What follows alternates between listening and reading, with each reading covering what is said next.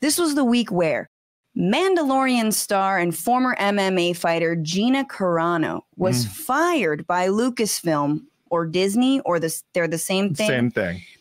For a social media post that compared holding conservative political viewpoints to being a Jew in Nazi Germany in the greatest misreading of the Holocaust since I skimmed Anne Frank while I was stoned in high school. Like, this post comes on top of other posts that she's done, and just trying to think of how you could misread it. Like, you're reading it and you're like, okay, wait. So they're on like vacation, or I'm sorry, afraid? I'm stoned. Is she like, who's this Peter guy? Is this like a Bumble date? And it's like, no, dude, this is the 40s.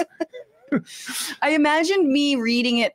It's obviously a joke, but I imagine me reading it upside down, like, woof. Yeah. Well, you know, when you were stoned in high school, you mostly just read books upside down. Yeah. Oh, that's all I did. Oh my God. Yeah. Didn't you ever just get stoned and read books in high school? That's what the cool kids did. Totally.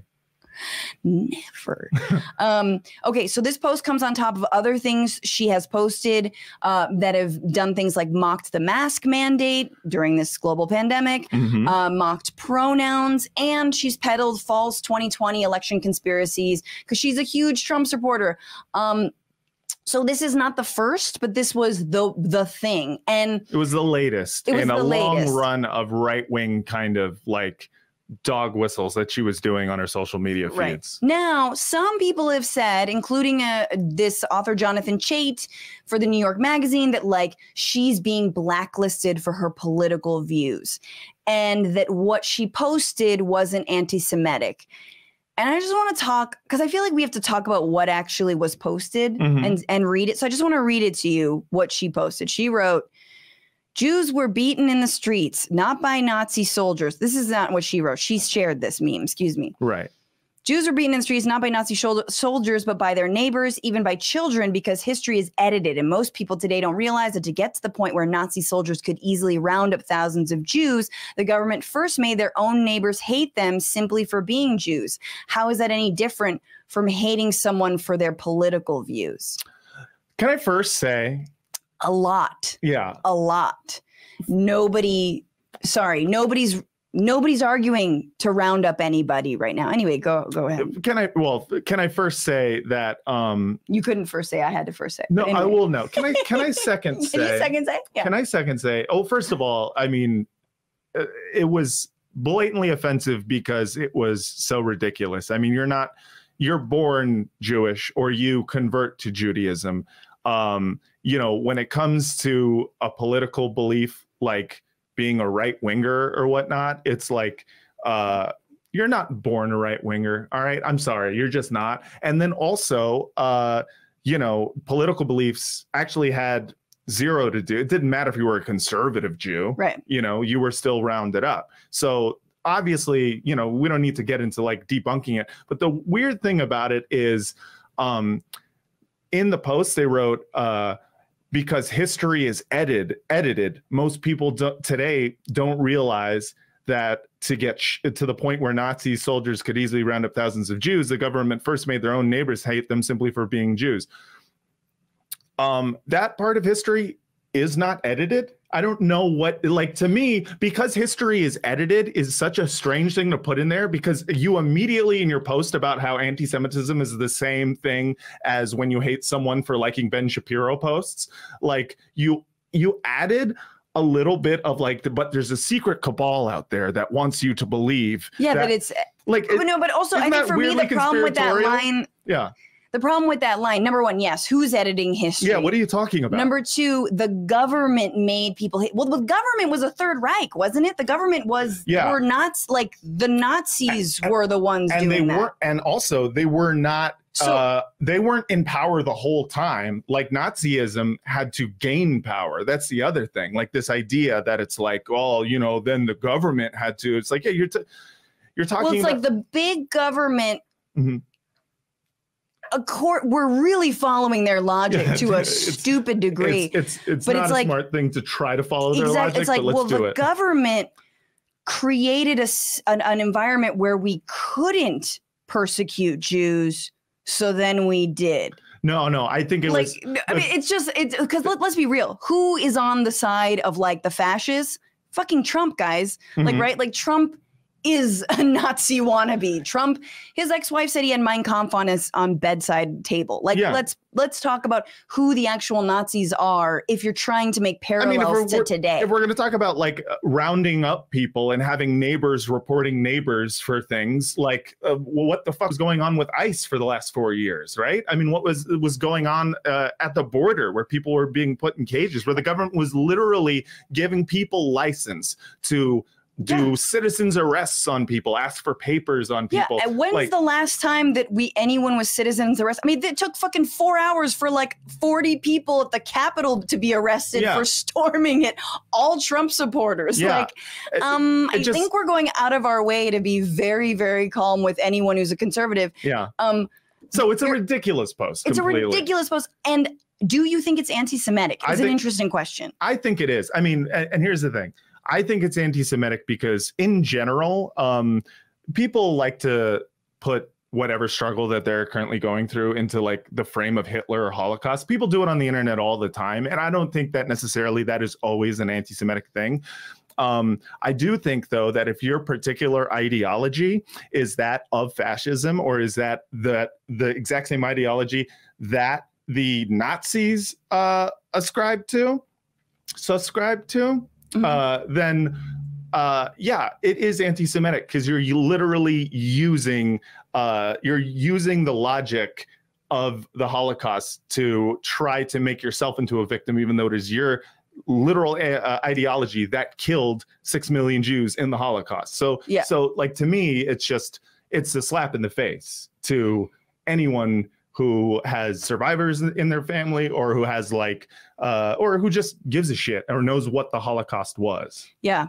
Yeah. I mean, and let's be real. This is not the first anti-Semitic post that she's made. I just want to share this cartoon that she also reposted. Let me see where that at.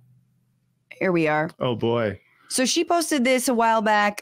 All we have to do is stand up and their little game is over. And so if you can't see this, and if you're listening, it's basically a Monopoly board being held up by the backs of what seem to be people of color. Like, I think they're just bald people. They're just bald people. I don't know. It's weird. They're like very svelte. Anyway, doesn't matter. And on the Monopoly board is like a bunch of like whiskey and money and gold and bars and a diamond, a skull, and the people who are in this picture. So I was looking through it, and it is David Rockefeller, who apparently there's like a conspiracy that he is Jewish. There's George Soros over to the right. Excuse me, almost to the right. The two in the middle are the Rothschilds, and then there's like a former secretary of National Security who's Jewish, and then over on the right is this another Jewish billionaire, Nikki Oppenheimer. Oh, so this is some anti-Semitic shit like that. I mean, should have let you known already. So you have to have one of the guys literally just holding a diamond. Like, come on, man. Like, it's so on the nose, people. Like, I understand that, like, you hate Jews, but, like, have a little class, you know? Like, these guys are just so obvious with their anti-Semitism. And, yeah, she posted that. She posted that, and that didn't get her fired. And so, look, the other thing you should know, I have a few things I want to read, which is basically, like, I definitely felt like there was something weird about her. I liked Mandalorian, but I was also like, something's going to happen with this person. Interesting. You know, and I couldn't tell if it was because she was just like a bad actor but I felt like she definitely felt like a person who, like, let's not scratch the surface, because I feel like she's going to have some really reactionary takes about the empire, you know? She's going to be like, you know, like, the Force is a mutation that you get when you get vaccines, you know? Like what? You know what I mean? The government puts metachlorians in your blood to track you. Just like straight up like QAnon Star Wars energy at the same time. Yeah, so it always felt like the Mandalorian and her, it's like a relationship of convenience. You know, she's some muscle, okay, but don't talk politics in the downtime. You know what I'm saying? Yeah, definitely not. But I also want to just say, like, the other part to this is that she has a new movie deal with none other than Ben Shapiro's Daily Wire.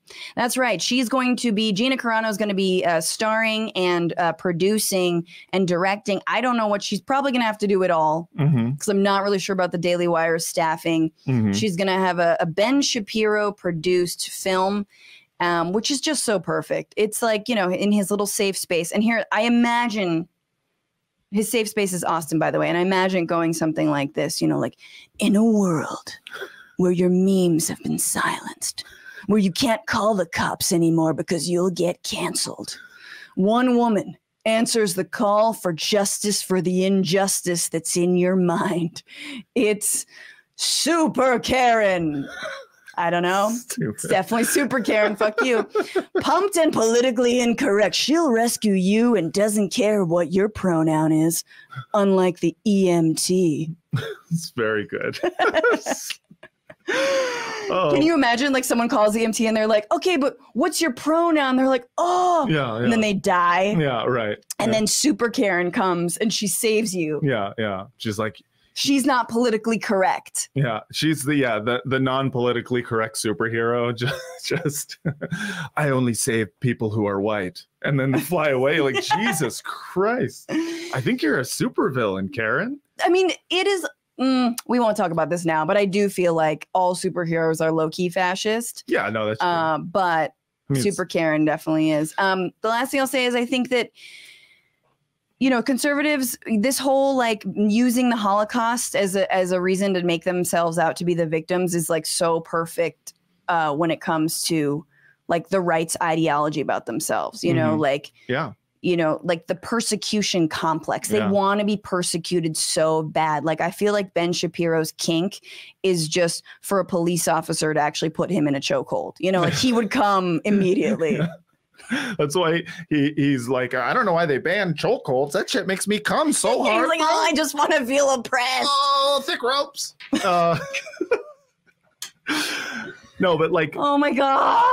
No, I'm sorry, but it is just like, it's so perfect that, you know, she immediately got a job with the right wing because it's like, it's the social safety net for right wingers. Like, they are against a welfare state except for themselves. You know what I mean? So as soon as you get canceled, there's a nice little right-wing social safety net of just like, hey, we're a bunch of right-wing grievance grifters, and we'll give you money just to talk about how aggrieved you are. Yep. Yeah. So yeah, that's most of YouTube. Smash that subscribe button. Just last thing on this, this senator wanted to weigh in. Oh, God. Ted Cruz wrote, Texan Gina Carano broke barriers in the Star Wars universe. Not a princess, not a victim, not some emotionally tortured Jedi.